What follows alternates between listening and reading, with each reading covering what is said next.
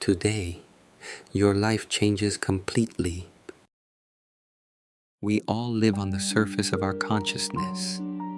We wrap ourselves in polished, acceptable personas, shaping ourselves to fit the roles society demands. But beneath that surface lies a hidden world, unacknowledged emotions, unaccepted memories, and unhealed wounds. In psychology, this is called the shadow. As the psychologist Carl Jung once said, the shadow is the part of ourselves we refuse to consciously accept. The shadow isn't just negative emotions. It encompasses everything we know exists within us, but are too afraid or unwilling to acknowledge, pushing it deep into the unconscious. The problem is, the shadow never disappears. Suppressed emotions don't vanish on their own. Over time, they grow stronger, subtly controlling our lives in ways we don't always see. Sudden bursts of anger, unexplained anxiety, recurring pain in relationships, or persistent feelings of inadequacy, these are often blamed on external circumstances. But more often than not, the true source is the shadow, quietly manipulating us from within, waiting for its moment to surface. Blaming ourselves for life's challenges seems simple, but it's far from easy. Unless we turn inward, confront our suppressed shadow, and bring it into the light of consciousness, it will continue to dominate our lives. If you feel trapped in cycles of pain, anxiety, or repetitive patterns, keep reading. This isn't just comfort. It's a guide to uncovering the clues that can lead your life in a new direction. Imagine a child. This child grew up being criticized, scolded, ignored, and unloved. What happens to them as they grow? Everywhere they go, they carry an unconscious belief. I'm unlovable. I can't let people see my flaws, or I'm never enough. They become guarded when someone approaches, unable to fully accept compliments. A light-hearted joke feels like an attack, and even kindness is met with suspicion. If a close friend spends time with someone else, they might think, do they hate me now? As parents, if we suppress or ignore this child, they become more defiant, more sensitive, more negative. We all carry this neglected child within us. Every one of us, myself included, has wounds from childhood, whether from growing up in poverty, feeling unloved by parents, being mocked for our appearance, or being ostracized. When we ignore these painful parts, our shadow, they resist, growing stronger and influencing our daily lives. Feeling jealous of someone's beauty might signal an unaddressed sense of inferiority about your own appearance. Envy towards someone's wealth could point to a deep-seated belief that you're financially inadequate, or a memory of being hurt by a lack of money. Perhaps it's a distorted belief that only money makes you valuable, buried deep within. When negative emotions arise in everyday life, act as a mirror, reflecting the shadow we haven't yet faced. That discomfort, anger, jealousy, or shame we feel in response to others often stems not from them, but from our own unintegrated emotions and memories. Here's the key. The shadow speaks to us through others' faces and external events. It whispers, please look at me, acknowledge me, don't ignore me, I'm part of you. When we listen to that voice instead of dismissing it, we take a step toward inner freedom. This is a profound leap in mental and spiritual growth. Many of the struggles we face, conflicts in relationships, repeated failures, stem from that wounded inner child, our shadow. The neglected self, unacknowledged emotions, and unaccepted past linger under the name of the shadow, quietly shaping our reality. How do you treat this wounded child, this shadow? Do you dismiss it saying, "You're shameful"? Do you scold it, asking, "Why are you still like this?" The shadow isn't an enemy to fight. It's the part of you that's been waiting longest to be embraced. When you listen to its story with sincerity, your life begins to flow in a new direction. We instinctively avoid facing our darker sides. It's uncomfortable, frightening, and we fear it might shatter the illusions we've built about ourselves. So we suppress the shadow, staying busy to avoid seeing it. We chase better houses, cars, clothes, or relationships to cover it up. But the inner self never stays silent. What's pushed out of consciousness lives on in the unconscious, projected onto the screen of reality. Have you ever noticed repeating patterns in your life? Relationships that crumble for similar reasons, failures that feel like déjà vu, or wounds that seem to follow the same script. On the surface, each situation seems different, but at their core lies an unaddressed shadow.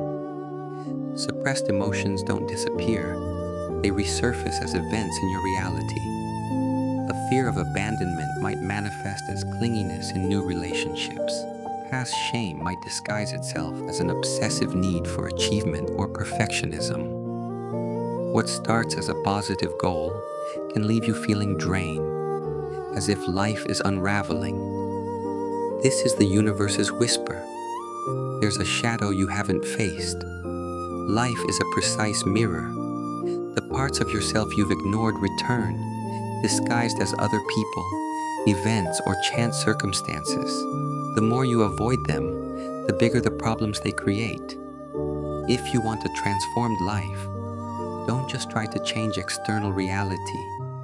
Look first at the structure of your consciousness that created it. Many misunderstand the idea of creating your reality.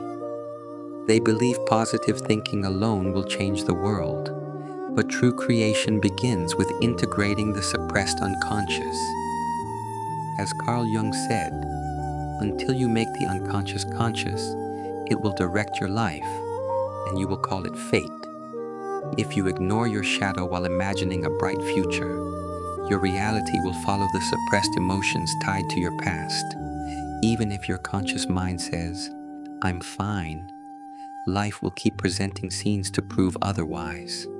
So, what can you do to stop the shadow from controlling your life? Recurring problems are signs that your unaddressed shadow is still pulling the strings. But the moment you embrace it, a new reality begins to take shape.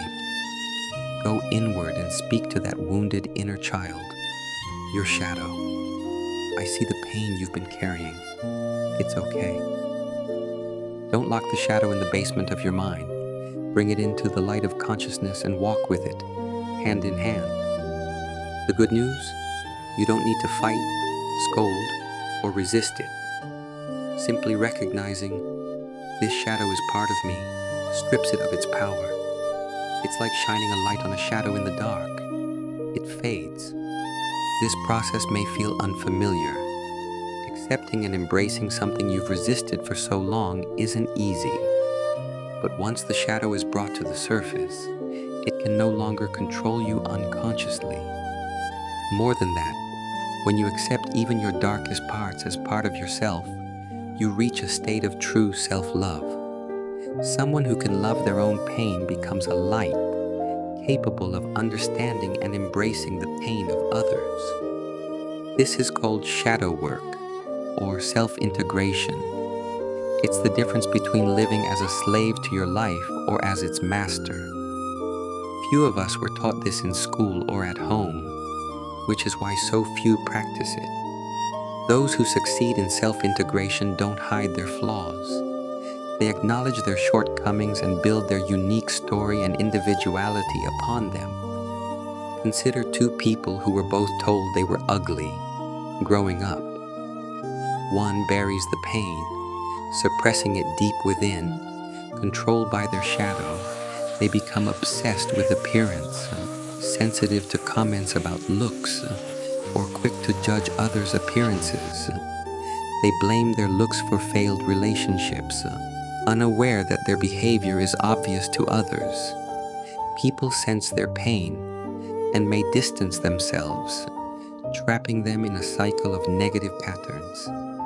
The other person chooses differently. They face their pain honestly.